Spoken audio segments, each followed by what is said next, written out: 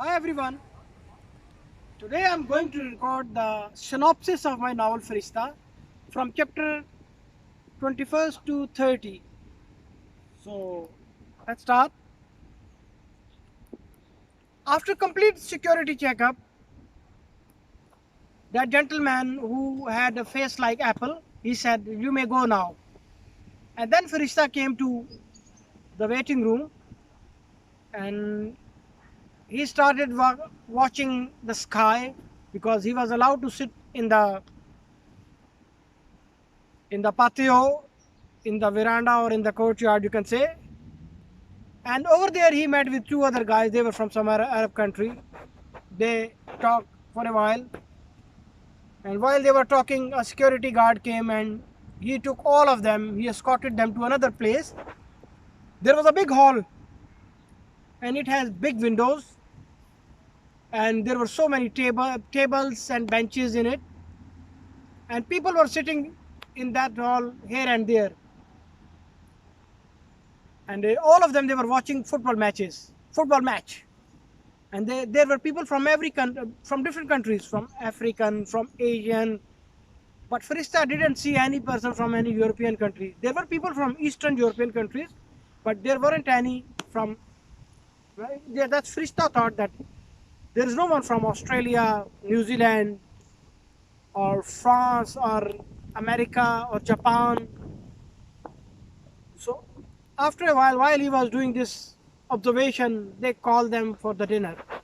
And he got shocked at 6 o'clock in the evening and they call us for the dinner. Anyhow, he stood in the queue because they were serving food. You have to stand in the queue. And there were boys, girls, women, kids, everyone was there. So the lady announced that the girls and kids, they are in the different queue. And for the men and boys, they are in another queue. To cut it short, they served him food. He ate food. He didn't like it. It was different taste. And after the dinner, Farishta didn't know that where he'll sleep because last night he spent in a room which was next to the security room. So they took all of them one by one in a van, and the van has the capacity of 10 or 12 person. So finally, the driver took 12 rides, 12 journeys, and finally Farishta got the chance and he took all of them. There were 13 people, so 12 people they sat in the van, and Farishta had to sit at the back of the van, which was reserved for the dogs. And finally, they arrived in a Garnegi hotel. It was Farishta knew it because there was an old sign, and in Garnegi hotel, they gave him bed sheet, pillow, everything, and he took all his things and he went to his bed, but he couldn't sleep. Anyway, he wanted to take shower, but it was so busy. The toilets were so messed up, so he didn't took his shower, didn't clean his teeth. He spent his first night over there. Then the second day, as it was Sunday, so there was nothing special to do. So he spent Sunday in the morning in the Garnegi Hotel, and then they took him in the same hall where they serve him lunch, breakfast, lunch, and dinner. The breakfast was at 7 o'clock in the morning, and the lunch was at 12 o'clock daytime, and the dinner was at 6 o'clock in the evening. So it was very shocking for Farishta. He never slept early like this, he never had food like this before, and especially he had to take food like a beggar. Over there he saw a young girl. She was the beautiful girl, and this was another crush after Susie. He made up his mind that I will marry with this girl, but it is not possible. As when she told him that I'm married and my husband is in Italy. So for a while Frishta's heart was broken.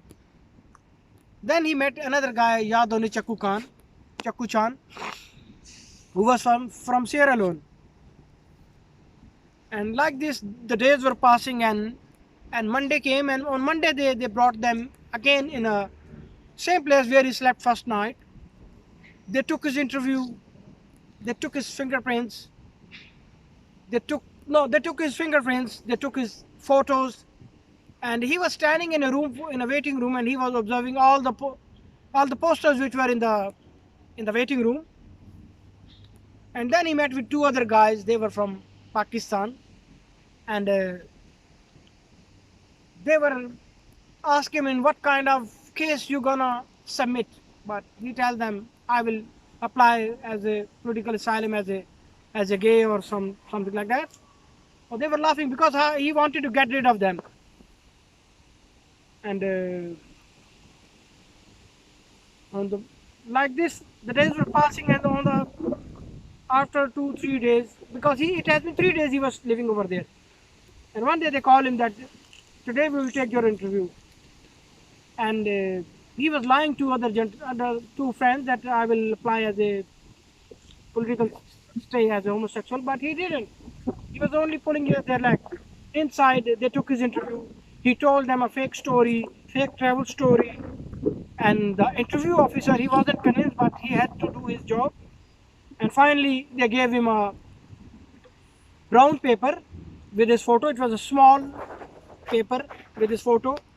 There was name and address, and it was called Ausweis for the refugees. It's called Ausweis N. So here the 30th chapter ends, and finally Farishta has got an ID. And after this, he was allowed to go outside 2 hours in the morning and 2 hours in the evening. That is it. Thank you very much. I hope you like my video. Subscribe my channel, like my video, press the bell icon, and I hope you like the synopsis. And like this, I'll be recording the further chapters, and it will go up to 30th chapter. As these days, this is the end of the September, and October gonna start. So soon you will see in my videos there will be autumn. Autumn is nearly started, I think, and we will cover all these beautiful autumn leaves. And thank you very much. See you next time.